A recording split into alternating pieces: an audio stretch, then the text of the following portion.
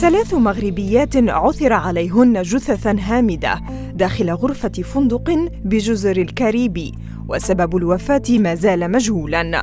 قضية غامضة تفجرت يوم السبت الماضي في منتجع سياحي بمدينة سان بيدرو، بعدما أعلنت السلطات المحلية عن التحقيق في وفاة 3 شابات مغربيات يحملن الجنسية الأمريكية.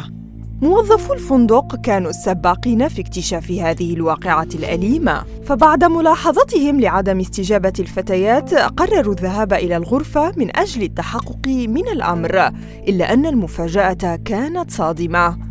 إحدى الشابات وجدت ممددة على السرير، بينما الثانية كانت ملقاة قرب الحمام، والثالثة بجنب طاولة الطعام. صحيح أن الشرطة لم تسجل أي علامات تسلل أو اقتحام، كما لم يظهر على الجثث أي آثار للعنف أو الاعتداء. كل ما عثر عليه هو زجاجات كحول وعلب علكة، ليتم بذلك ترجيح وفاة الشابات الثلاث بجرعة زائدة من المخدرات.